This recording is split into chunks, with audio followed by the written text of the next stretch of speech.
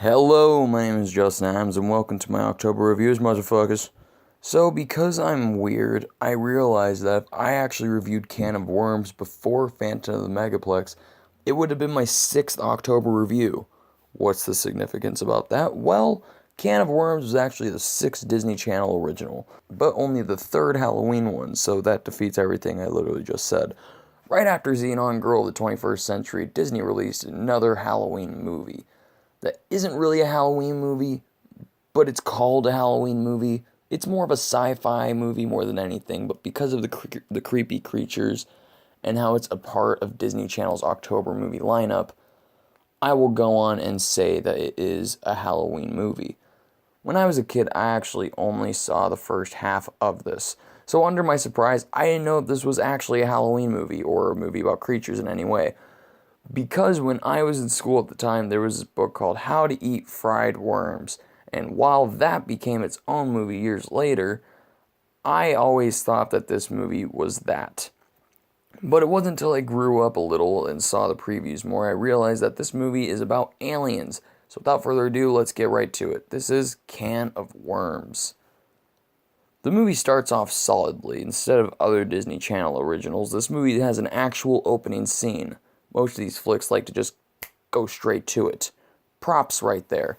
So we start off with our main character, Mike Pillsbury, played by Michael Schulman, who's running into his backyard. It's dark out, he's wearing part of a tuxedo, and he's using his big satellite to send a message to another planet, begging for them to take him away from Earth, a planet Mike feels like he's not a part of. After the satellite explodes, we cut to 2 weeks earlier, where we see Mike telling a space story to his friend Nick, played by Adam Wiley, the kid that was in Under Wraps, and Nick's little brother, Jay. In Mike's story, a war breaks out between two different alien groups, resulting in a baby alien being sent to Earth. So, Superman. They stole the exact origin story from Superman. Did anyone realize this? After that, we cut to the football field where Mike is weirdly on the team. Unsurprisingly, we find out that he doesn't want to be a part of the team and is only doing it to make his dad happy. This is a very original story plot point that I've never heard in a kid's movie before in my entire life. Ever before in my entire life. Sarcasm. After we go to a computer class where Mike and Nick sit next to the head cheerleader, Caitlin, played by Erica Christensen, who has actually had a fine career after this, now I'm looking at it. But the cliche jock gets jealous that she doesn't want to sit next to him, so he does some 90s shit on a computer and makes fun of him. Virtually. Mike plays back and makes a big joke out of the stupid jock. And so Caitlin decides to get help from Mike to form the Halloween dance with cool gadgets, seeing how he can do a bunch of virtual pranks on a stupid jock. And so, he's a computer guy and whatnot. And so they do it. Not it, but, they form the dance. And they make a pretty awesome haunted dance type thing. And start to like each other as well. Aww. But the big dumb jock is there to fuck things up. He doesn't want them to be together. And so he fucks everything up, making it look like it's all Mike's fault. Cut to the beginning where Mike is calling for the aliens to take him. The satellite explodes and he thinks it was a dud. He doesn't want anyone to look at him, to talk to him. He's super embarrassed. Him and Caitlin haven't been talking. Caitlin's kind of worried, but she's wanting to keep their distance. That's at least until a talking dog comes his way. Barnabas, voiced by Malcolm McDowell. That's right, Malcolm McDowell is in this movie. That's just hilarious. He tells Mike that they got his message and that he could come with Barnabas to his planet. Mike thinks he's finally lost it and ignores the Clockwork Orange dog, running away to his room. That's where he meets the Bomb. I'm pretty sure it's the Bomb. I can't really remember if it's the Bomb or the Bomb, whatever.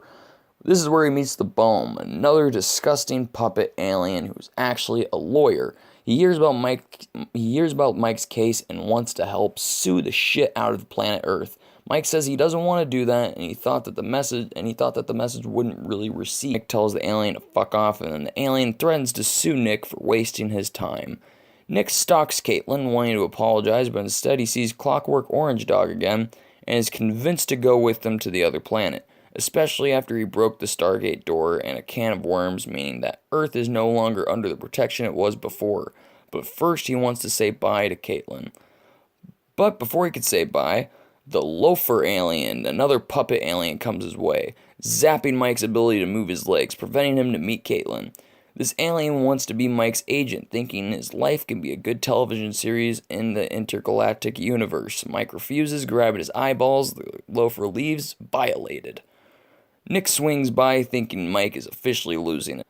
That's until he sees all the aliens at once offering Mike all these things. And of course, Caitlin comes too, wanting to give Mike his jacket, but then sees what's going on. But during all this, a Thode, a dangerous alien that wants perfect specimens, approaches them, wiping out all the other aliens besides Barnabas, because, Clockwork Orange dog, you don't want to fuck with him, drinks a lot of milk. And so after taking Nick's little brother Jay, Mike, Nick, and Caitlin are forced to go to the other planet to save him. With the help of the big dumb jock, they go to the other planet.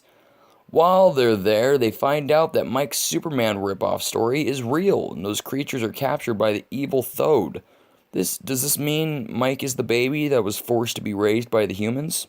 No, actually. It's just one big coincidence. And one hell of a lawsuit. The Thode then transforms into a frog but is trapped in a cage. Mike uses the key to let the aliens loose and to set Jay and the dumb jock free. They return to Earth, but with the frog alien in tow. But don't worry, Barnabas calls the alien police and they take the Thode away.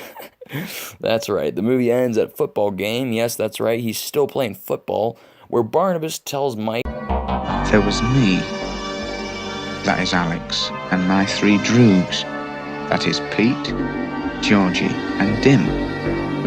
And we sat in the Korova milk bar trying to make up our Razoo dogs what to do with the evening.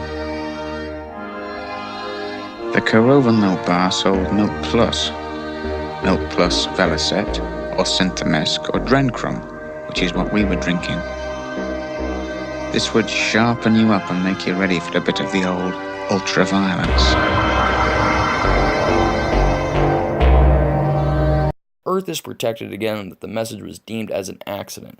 He tells Mike, hey, you can still come with me, but Mike is like, you know what? No, I want to be here because now I have a cheerleader for a girlfriend, and the jock wants to be my best friend, so things are going pretty good for me here. The end. And guys, by my surprise, I like another Disney Channel movie. This and Under Wraps has some of the same pros and cons, minus the appealing lead character. There's something about Michael Schulman's performance that didn't make anything about his character sympathetic. He's like a Woody Allen character throughout the entire thing, a lot of complaining and hand movements. But other than that, this movie has some fun writing in it. While some of it is a bit weird and lazy, most of it is pretty solid. The alien makeup is nice and practical. It's not perfect and is a little dated, but as a film lover, I love seeing effects like this. Speaking of dated, that's one of the flaws. It's dated as hell.